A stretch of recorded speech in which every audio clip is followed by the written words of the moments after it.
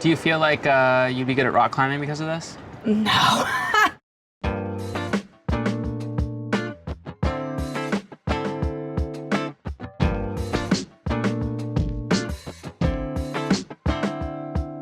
Hi, I'm Sam Blank, and this is Filling the Blank. Today, we're here at Olympia Art. I'm here to talk to owner and gallerist, Ali Rossi. Ali, hello, how are you? I'm good. How are you, Sam? I'm actually pretty good. I think we had a great interview. I want to first talk about the build-out of this space. Did you have to do much?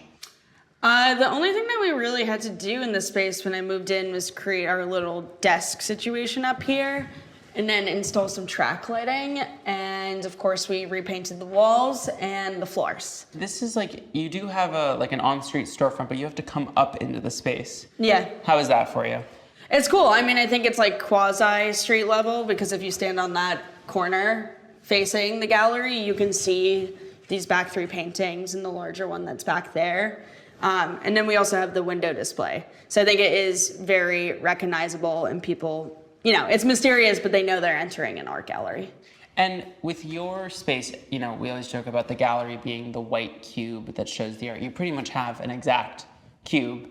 Do you ever think that's funny or fun with that? Yeah, I mean, I consider the space like a little gem box. It's like we were talking about in the interview, it's really intimate, and it requires the artist and myself to think site specifically, and be very precise with our decisions of what's being hung. You have this desk. I know you're sort of, you can be over this desk sometimes, but I love this desk. Can you talk about the desk a little bit? Yeah, I mean, after the first solo show we had in this space, I was excited enough to sell enough work to build the desk, so I hired my friend Sebastian, who I used to work with at the photo booth company, to build this out. So he measured this little square within our larger square.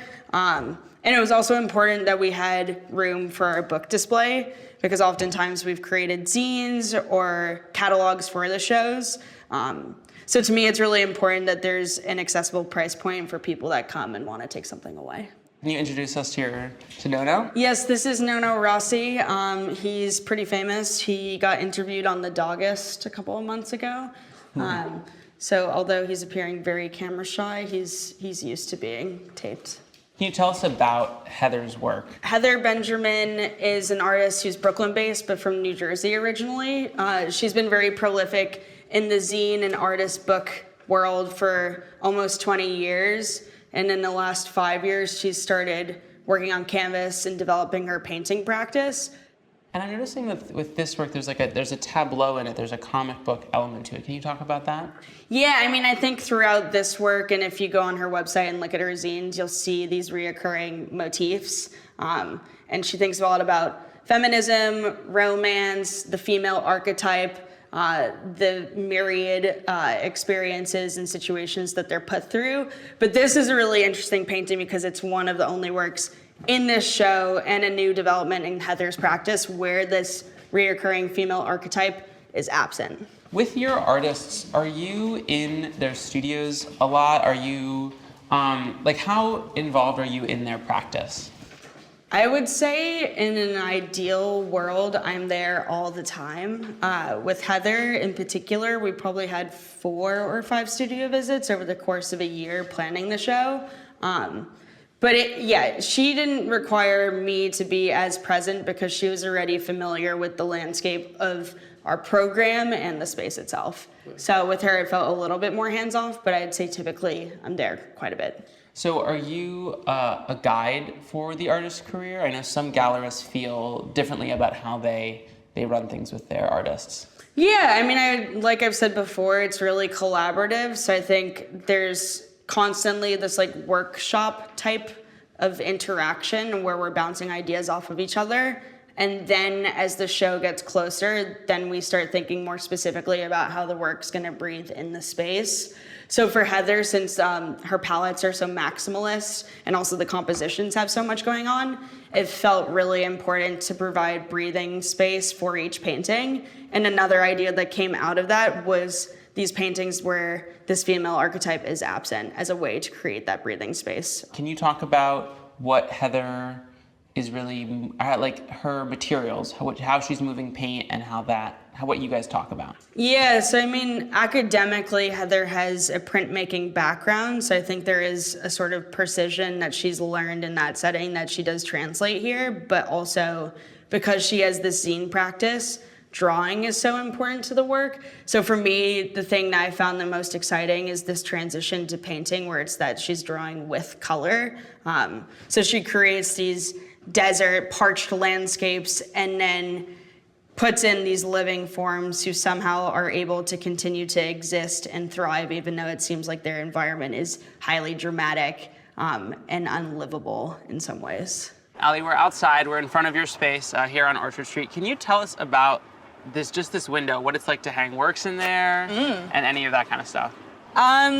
So from first appearance, it looks fairly simple to hang something in here, but every time we do an install, I have to wiggle my way up into this very narrow area that's probably only about, I don't know, like a foot in terms of the depth. So I climb up, I adjust my body somehow, and then I usually will put whatever the hardware is in first, and then someone will come and help me, usually hands the piece, or if it's small enough I could do it on my own, but usually someone will hand me the work of art and then I hang it, and then they go outside where we are now and yell at me whether it needs to be moved to the left or the right, or if it is not level. Paintings are usually hung where the center of the painting is between 58 and 60 inches. Yeah. What is your process for centering a work here? I mean, usually it's just about me and the artist deciding from out here before I climb up in there what we want the height to be.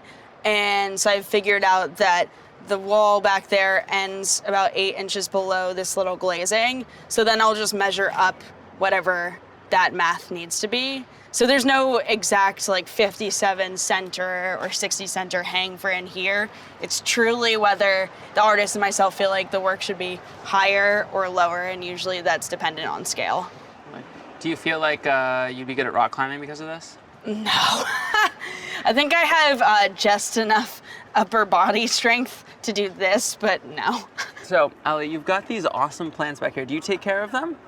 I do. I was the one that bought them a couple of years ago, so yes, I'm the one that maintains them, although people do help out. Amazing, they're gorgeous.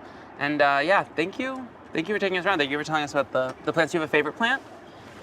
Probably the one that's the furthest to our right if we're facing in, and then to the left if you're in there, just because it's the one that we bought 5 years ago when we opened up the space, and it's gone so big. Thank you so much for being here with us today. Thank you for taking us around your gallery. Thank you all for watching, and I'll see you next week. Bye-bye now.